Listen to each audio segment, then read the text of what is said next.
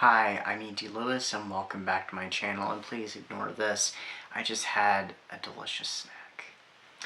Happy Vamptember, everybody, and welcome back to the channel. Today I'm going to be reviewing a Vamptember read. This is actually my second read. I don't think I'm going to review my first read, but I will talk about that in my wrap-up, which will probably be in vlog form during Halloween-a-thon, which is coming up too. Today I'm reviewing Out for Blood. It is a novella from 2020 written by R. St. Clair, our very own Regina at Regina's Haunted Library, the host and creator of this event. And if you're not subscribed to her, you need to be.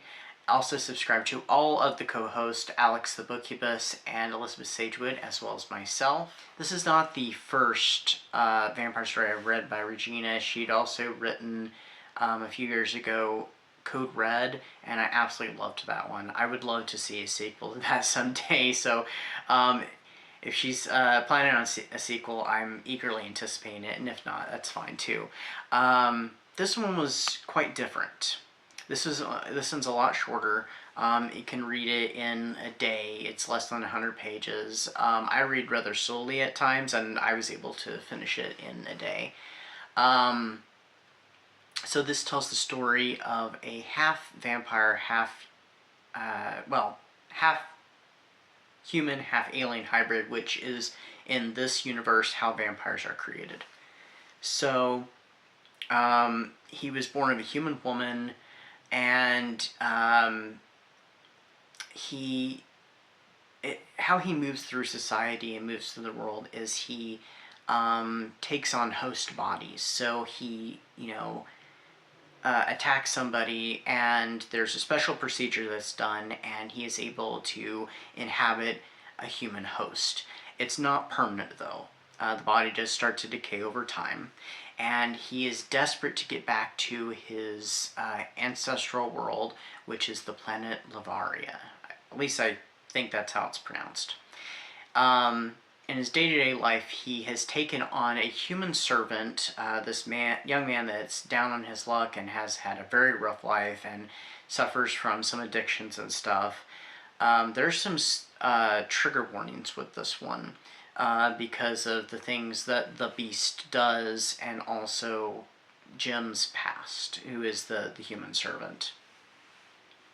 So the Beast plans to consume a large amount of blood so he can hopefully take off to his ancestral planet, and he ends up taking quite a fancy to a young woman named Teresa, and he has some plans for her. I don't want to give too much away of the plot. I think that's all pertinent information that you can go.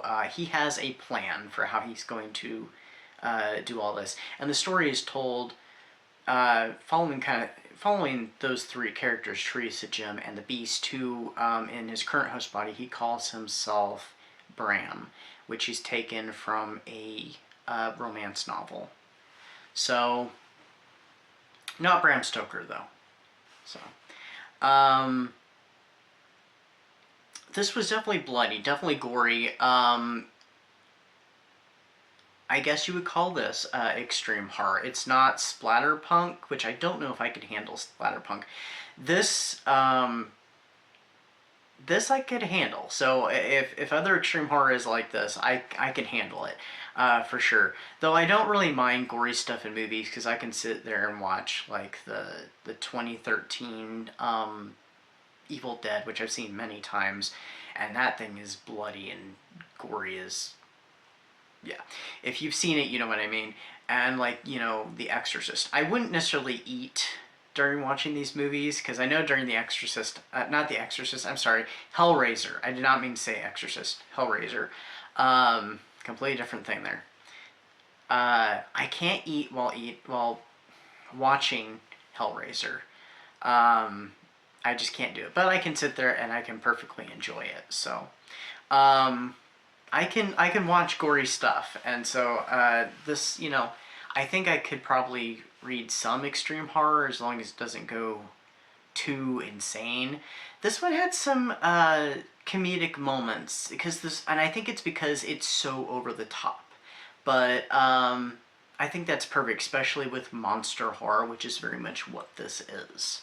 So I don't think there's much more I can say about it. I gave it 4 stars. It was excellent. I didn't like it as much as Code Red, but it was very enjoyable. It was something quite different because I'd never heard of, at least I don't think I have anyway, vampires being this alien-human hybrid. So that was really interesting, and especially how he jumps from these host bodies. He does have an original form, though.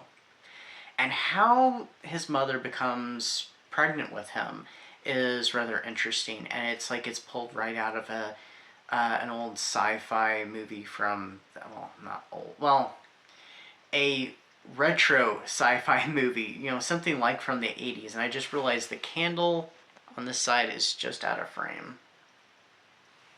Messing up my ambiance here. Oh, we're at the end of the video. So that's what I've got for you today. I've already started on the next read, which is actually the group read. I did not realize that we were going to have kind of a set time to start it, so I did kind of start it, but I'd only gotten like a few pages read. So, and so far the writing is beautiful. Which I've read the author's previous book to this and absolutely loved it. So, anyway. What are you up to for Vamptember? Please let me know if you've got anything started, if you watched anything yet. I haven't. Or if you've got plans, let me know. And I'll see you all very soon. So stay safe, stay spooky, and I'll see you then. Bye-bye.